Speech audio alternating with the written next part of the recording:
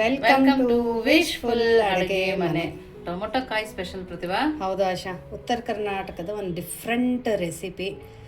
ಬಾಯಿಂದ ನೀರು ಬರುತ್ತೆ ಆ ರೆಸಿಪಿ ಅಂತ ಅನ್ಬೋದು. ಬಾಯಲ್ಲಿ ಹಲ್ಲಿಲ್ಲ ಅನ್ನೋರ್ನು ಕೂಡ ತಿನ್ಕೋಬೋದು. ತುಂಬಾ ಡಿಫ್ರೆಂಟ್ ರೆಸಿಪಿ. 101% ನಾನು ಹೇಳ್ತೀನಿ, ಈ ರೆಸಿಪಿ ನೀವು ಮಾಡಲಿಕ್ಕೆ ಇಲ್ಲ ಅಂತ. ಅಷ್ಟು ಡಿಫ್ರೆಂಟು, ಯುನೀಕು, ಉತ್ತರ ಕರ್ನಾಟಕದ ಒಂದು ಫೇಮಸ್ ರೆಸಿಪಿ ಅಂತಲೂ ಹೇಳ್ತಾ ಇದ್ದೀನಿ. ಸೊ ಹಾಗಾಗಿ ಇಲ್ಲಿ ಜವಾರಿ ಹಸಿ ಟೊಮೆಟೊನ ತೊಗೊಂಡಿರೋದು. ಕಾಯಿ ಟೊಮೆಟೊನ ಜವಾರಿ ಇದೆ, ನಿಮ್ಮ ಹತ್ರ ಯಾವ್ದು ಸಿಗುತ್ತೆ ಅದನ್ನು ನೀವು ತೊಗೋಬೋದು. But ಹಣ್ಣಾಗಿರಬಾರ್ದು tomato. ಸೊ ಈ ಥರ ಟೊಮೆಟೊನ ತೊಗೋಬೇಕು. ಇಲ್ಲ ನಾವು ಇಷ್ಟೆಲ್ಲ ಟೊಮೆಟೊನ ಯೂಸ್ ಮಾಡ್ತಾ ಇಲ್ಲ, ಇದರಲ್ಲಿದು ಬರೀ 3 ಟೊಮೆಟೊನ ನಾವು ಯೂಸ್ ಮಾಡ್ತಾ ಇದ್ದೀವಿ. ಬಟ್ ಈ ಟೊಮೆಟೊ ನಾವು ಆಮೇಲೆ ಯೂಸ್ ಮಾಡೋಣ ಅಂತೆ. ಇದನ್ನು ಫಸ್ಟ್ ಪಕ್ಕಕ್ಕೆ ಇಡೋಣ. ನೋಡಿ, ಮೊದಲಿಗೆ ಒಂದು ಬೌಲ್ನ ತಗೊಂಡಿರೋದು, ಉದ್ದಕ್ಕೆ ಕಟ್ ಮಾಡಿರೋ ಈರುಳ್ಳಿನ ಹಾಕೊಳ್ತಿದ್ವಿ. ಇಲ್ಲಿ 4 ಈರುಳ್ಳಿನ ಹಾಕ್ಕೊಂಡಿದ್ದೀವಿ. ಇಲ್ಲಿ ನೋಡಿ, ಈರುಳ್ಳಿನ ಈ ಥರ ಕಟ್ ಮಾಡ್ಕೋಬೇಕು. ಈರುಳ್ಳಿ ಜಾಸ್ತಿ ಹಾಕಿದಷ್ಟು ನಮ್ಮ ರೆಸಿಪಿಗೆ ತುಂಬ ಚೆನ್ನಾಗಿ ಕ್ರಂಚಿನೆಸ್ ಬರುತ್ತೆ, ರುಚಿನೂ ಜಾಸ್ತಿ. ಹೌದು ಅಶಾ. ಇಲ್ಲಿ ಒಂದು ಅರ್ಧ ಕಪ್ಪದಷ್ಟು ಕ್ಯಾಬೇಜನ್ನು ಹಾಕೊಳ್ಳೋಣ. ಎಲೆಕೋಸಲು ಪ್ರತಿಭಾ. ಹೌದು ಅಶಾ, ಸಣ್ಣದಾಗಿ ಹೆಚ್ಚಿಬಿಟ್ಟು ಈ ಥರ ಹಾಕೊಳ್ಳೋಣ. ಇವಾಗ ಒಂದು 4ರಿಂದ 5 ಹಸಿಮೆಣಸಿನ್ಕಾಯಿನ ಹಾಕೊಳ್ಳೋಣ. ಹಸಿಮೆಣಸಿನ್ಕಾಯಿ ತುಂಬ ಖಾರ ಇದೆ ಅಂದರೆ ಸ್ಕಿಪ್ ಮಾಡ್ಕೋಬೋದು. ಇಲ್ಲ ನಾವು ಖಾರ ತಿಂತೀವಿ ಅಂದರೆ ಒಂದು 4 ಹಾಕೊಳ್ಳಿ, ಜಾಸ್ತಿ ಹಾಕೊಳ್ಕೋಬೇಡಿ. ಇದು ಜಾಸ್ತಿ ಖಾರ ಇಲ್ಲ ಅಂತ ಹೇಳ್ಬಿಟ್ಟು ಜಾಸ್ತಿ ಹಾಕೊಂಡ್ರು. ಮಕ್ಳಿಗೆ ಕೊಡ್ತೀವಿ ಅಂದರೆ ಪ್ರತಿಭಾ ಖಾರದ ಪುಡಿನೇ ಹಾಕೋಬೋದಲ್ವಾ? ಹೌದೌದು ಆಶಾ. ಇವಾಗ ಇದ್ರ ಒಳಗಡೆ ಒಂದು ಸ್ವಲ್ಪ ಉಪ್ಪನ್ನು ಹಾಕ್ಕೊಂಡು ನೀಟಾಗಿ ಈ ಥರ ಮಿಕ್ಸ್ ಮಾಡ್ಕೊಳ್ಳೋಣ. ಈ ಎಲ್ಲ ಟಿಪ್ಸನ್ನು ಫಾಲೋ ಮಾಡಿ. 100% ನಿಮ್ಮ ರೆಸಿಪಿ ಫೇಲ್ ಆಗಂಗಿಲ್ಲ, ತುಂಬ ಚೆನ್ನಾಗಿ ಬರುತ್ತೆ. ತುಂಬ ಡಿಫ್ರೆಂಟ್ ರೆಸಿಪಿ ಅಂತ ಹೇಳ್ತಾ ಇದ್ದೀನಿ. ಒಂದು ಸರ್ತಿ ಖಂಡಿತ ಈ ರೆಸಿಪಿನ ಟ್ರೈ ಮಾಡಿ.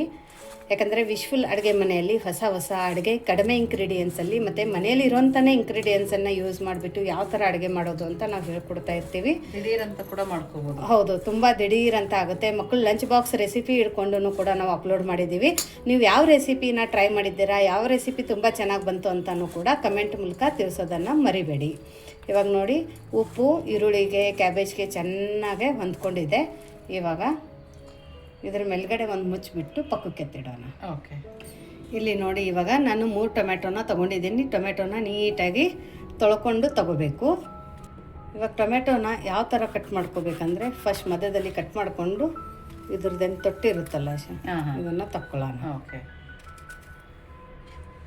ಆಮೇಲೆ ತುಂಬ ಜಾಸ್ತಿ ಬೀಜ ಇದೆ ಅಂದರೆ ಟೊಮೆಟೊ ಒಳಗಡೆದು ಬೀಜನ ತಕ್ಕೋಬೇಕು. ಈ ಥರ ತುಂಬ ಎಳೆದಿದೆ ಬೀಜ ಅಂದರೆ ಪರವಾಗಿಲ್ಲ, ನೀವು ಹಾಗೇನು ಯೂಸ್ ಮಾಡ್ಕೋಬೋದು. ಬಟ್ ತುಂಬ ಜಾಸ್ತಿ ಇದೆ, ಬಿರ್ಸಿದೆ ಬೀಜ ಅಂದರೆ ತಕ್ಕೊಳ್ಳಿ. ಮತ್ತು ಇದು ತೆಗ್ದಿರೋದು ಬೀಜನೂ ಮತ್ತು ಒಳಗಡೆ ಪಲ್ಪನ್ನು ನೀವು ಸಾಂಬಾರು ಮಾಡಬೇಕಾದ್ರೆ ಯೂಸ್ ಮಾಡ್ಕೋಬೋದು. ಸಾಂಬಾರು ಅಥವಾ ರಸಮ್ ಮಾಡ್ತಾ ಇದ್ರೆ ಯೂಸ್ ಮಾಡ್ಕೋಬೋದು. ಹೌದು ಆಶಾ.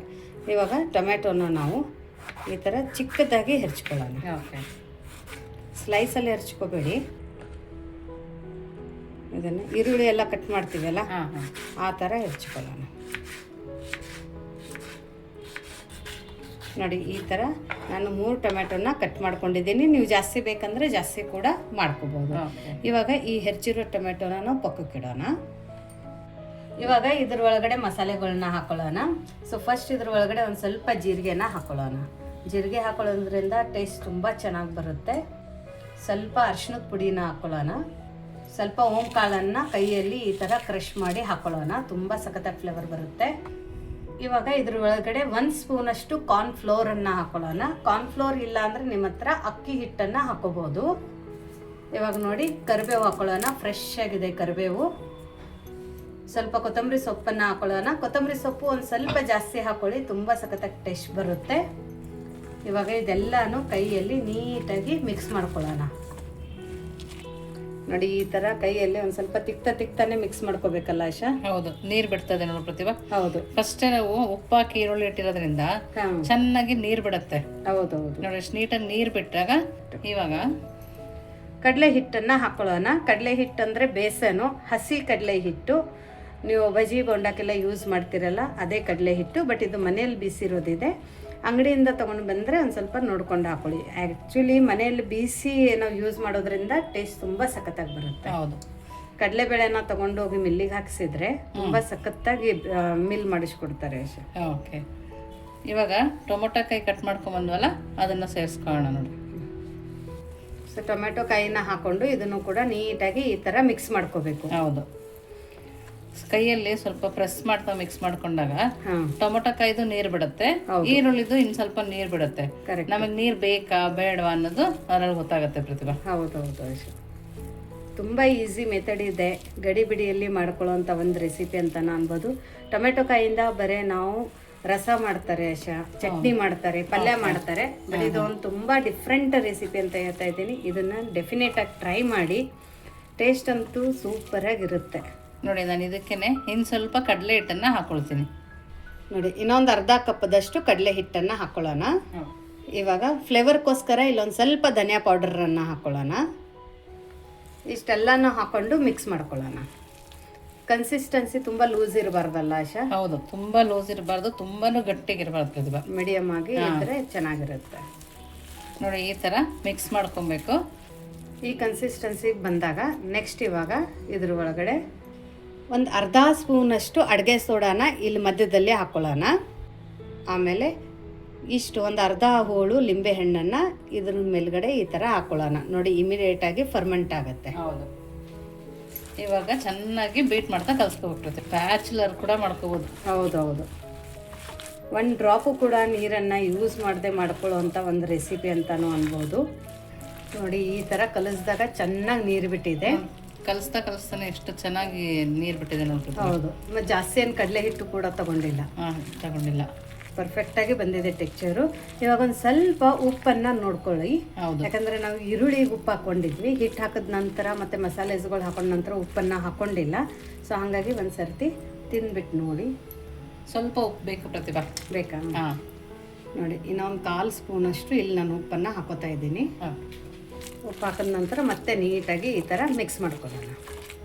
ನೋಡಿ ಈ ಥರ ಮಿಕ್ಸ್ ಮಾಡಿದ ನಂತರ ಇವಾಗ ನಮ್ಮದು ಹಿಟ್ಟು ಪರ್ಫೆಕ್ಟಾಗಿ ರೆಡಿಯಾಗಿದೆ. ಇದೇ ಥರ ಕನ್ಸಿಸ್ಟೆನ್ಸಿ ಇರಬೇಕು. ಇವಾಗ ಇದ್ರದ್ದೊಂದು ಸ್ವಲ್ಪ ಚಿಕ್ಕದಾಗಿ ಈ ಥರ ಉಂಡೆನ ತೊಗೊಂಡ್ಬಿಟ್ಟು, ನೋಡಿ ಎಣ್ಣೆ ಚೆನ್ನಾಗಿ ಬಿಸಿಯಾಗಿತ್ತು. ಸೊ ಬಿಸಿ ಬಿಸಿ ಎಣ್ಣೆಯಲ್ಲಿ ಇವಾಗ ಇದು ಟೊಮೆಟೊ ಬಜ್ಜಿನ ಬಿಡೋಣ. ಇದು ಬಜ್ಜಿ ಅಂತಲೂ ಕರೀರಿ ಅಥವಾ ಪಕೋಡ ಅಂತಲೂ ಕರಿಬೋದು. ಬಟ್ ನಮ್ಮ ಉತ್ತರ ಕರ್ನಾಟಕ ಸೈಡಲ್ಲಿ ಇದಕ್ಕೆ ಬಜ್ಜಿ ಅಂತಲೇ ಕರೆಯೋದು. ಓಕೆ, ಟೊಮೆಟೊ ಬಜ್ಜಿ ಇದು ಬೇಕಂದವರು ಚಪಾತಿ ಜೊತೆ ಅನ್ನದ ಜೊತೆ ನೆಂಚ್ಕೊಳ್ಳೋಕೆ ತಿಂತಾರೆ ಆಶಾ. ಪಲ್ಯ ಇಲ್ಲ ಅಂದರೆ ಈ ಥರ ಬಜ್ಜಿನ ಮಾಡಿಬಿಟ್ಟು ಚಪಾತಿ ಜೊತೆ ತಿನ್ಕೋತೀವಿ. ಓಕೆ, ಸೊ ಎಣ್ಣೆ ಚೆನ್ನಾಗಿ ಕಾಯ್ದ ನಂತರ ಫ್ಲೇಮನ್ನು ಲೋ ಫ್ಲೇಮಲ್ಲಿನೇ ಇಟ್ಕೋಬೇಕು. ಇವಾಗ ನಿಧಾನಕ್ಕೆ ಇದನ್ನು ತಿರುಗಿಸ್ಕೊಳ್ಳೋಣ. ತುಂಬ ಪರ್ಫೆಕ್ಟಾಗಿ ಬಂದಿದೆ. ಟೊಮೆಟೊಯಿಂದ ಮಾಡಿದ್ದೀವಿ ಅಂತ ಯಾರಿಗೆ ಗೊತ್ತೇ ಆಗೋದಿಲ್ಲ, ಅಷ್ಟು ಚೆನ್ನಾಗಿ ಇದು ರೆಸಿಪಿ ಬರುತ್ತೆ. ಸೊ ಹೊಸ ಹೊಸ ಅಡುಗೆಗಳು ನಾವು ಮಾಡ್ತಾಯಿದ್ರೆ, ಹೊಸ ಹೊಸ ಅಡುಗೆಗಳು ತಿಂತಾಯಿದ್ರೆ ಡೈಲಿ ಏನು ಮಾಡಬೇಕು ಅಂತ ತಲೆನೋ ಬರಲ್ಲ. ಸರಿ ಇವತ್ತಿಗೆ ಇದು ಮಾಡೋಣ ಡಿಫ್ರೆಂಟಾಗಿ ಅಂತ ಮಾಡಿಕೊಡ್ಬೋದು. ಸೊ ಹಸಿ ಟೊಮೆಟೊ ಕಾಯಿ ಬಜ್ಜಿ ಹೇಗೆ ಅನ್ನಿಸ್ತು ನಿಮ್ಗೆ ಈ ರೆಸಿಪಿ ಅಂತ ಕಮೆಂಟ್ ಮೂಲಕ ತಿಳಿಸೋದನ್ನು ಮರಿಬೇಡಿ. ಇವಾಗ ಫ್ಲೇಮನ್ನು ಮೀಡಿಯಮ್ ಫ್ಲೇಮಲ್ಲಿ ಇಟ್ಕೊಳ್ಳೋಣ. ಒಂದು ಸರ್ತಿ ತಿರುಗಿಸಿದ ನಂತರ ಉರಿನ ಮೀಡಿಯಮ್ ಫ್ಲೇಮಲ್ಲಿ ಇಟ್ಕೋಬೇಕು. ನೋಡಿ ಈ ಕಲರ್ ಬಂದರೆ ರೆಡಿ. ಹೌದು, ತುಂಬ ಸಖತ್ತಾಗಿ ಕಲರ್ ಬಂದಿದೆ. ಇಲ್ಲಿ ನೀವು ನೋಡ್ಬೋದು, ಅನಿಸೋದೇ ಇಲ್ಲ ಇದು ಹಸಿ ಟೊಮೆಟೊ ಕಾಯಿಂದ ಮಾಡಿರ್ತೀವಿ ಅಂತ. ಸೊ ಇವಾಗ ಉರಿನ ಲೋ ಫ್ಲೇಮಲ್ಲಿ ಇಟ್ಕೊಂಡು ಎಲ್ಲ ಬಜ್ಜಿನೂ ತಕ್ಕೊಳ್ಳೋಣ.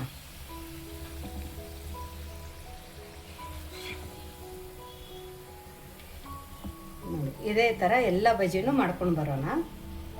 ನೋಡಿ ಇಲ್ಲಿ ಬಿಸಿ ಬಿಸಿ ಹಸಿ ಟೊಮ್ಯಾಟೊದು ಬಜ್ಜಿ ರೆಡಿಯಾಗಿದೆ. ತುಂಬಾ ಕ್ರಿಸ್ಪಿಯಾಗಿ ತುಂಬ ಸಖತ್ತಾಗಿ ಬಂದಿದೆ. ಇಲ್ಲಿ ನೋಡ್ಬೋದು, ತುಂಬಾ ಚೆನ್ನಾಗಿ ಬಂದಿದೆ. ಮತ್ತು ಇದ್ರೊಳಗಡೆ ಎಷ್ಟು ಫಳ್ಳಾಗಿದೆ ಅಂತಲೂ ನೀವು ನೋಡ್ಬೋದು. ಕಲರ್ ಕೂಡ ನೋಡಿ ಪ್ರತಿಭಾ, ಸಖತ್ತಾಗಿ ಬಂದಿದೆ. ಇವಾಗ ಇದು ಹಸಿ ಟೊಮೆಟೊದ್ದು ಟೇಸ್ಟ್ ಹೆಂಗೆ ಬರುತ್ತೆ ಅಂತ ಗೊತ್ತಾಗಬೇಕಲ್ಲ. ಹೌದು, ನೋಡು ಆಶಾ. ಸೂಪರ್ ಆಗಿದೆ ಪ್ರತಿಭಾ. ಚೆನ್ನಾಗೈತಾ? ಪಟ್ ಅಂತ ಮಾಡ್ಕೋಬೋದು. ತುಂಬಾನೇ ಟೇಸ್ಟಿಯಾಗಿದೆ. ನೋಡಿ ಒಳಗಡೆನೂ ಕೂಡ ಇಷ್ಟು ಚೆನ್ನಾಗಿ ಬೈದಿದೆ ನೋಡಿ. ಮತ್ತು ಟೊಮೆಟೊ ಹಾಕಿರೋದು ಸತ ಕಾಣಿಸ್ತಾ ಇಲ್ಲ. ಹೌದು, ತಿಂದಾಗೆ ಫ್ಲೇವರ್ ಗೊತ್ತಾಗಬೇಕು. ಇದನ್ನು ಟ್ರೈ ಮಾಡೋಣ. ತುಂಬ ಅಂದರೆ ತುಂಬ ಸಖತ್ತಾಗಿ ಟೇಸ್ಟ್ ಇದೆ. ಒಳಗಡೆ ಟೊಮೆಟೊ ಹಾಕಿದ್ದೀವಿ ಅಂತಲೂ ಗೊತ್ತಾಗಂಗಿಲ್ಲ. ಒಂಥರ ಖಟ್ಟ ಮಿಟ್ಟ ಫ್ಲೇವರ್ ಅಂತೀವಲ್ಲ, ಆ ಥರ ಒಂದು ಸ್ವಲ್ಪ ಹುಳಿ, ಒಂದು ಸ್ವಲ್ಪ ಖಾರ, ತುಂಬಾ ಸಖತ್ತಾಗಿದೆ.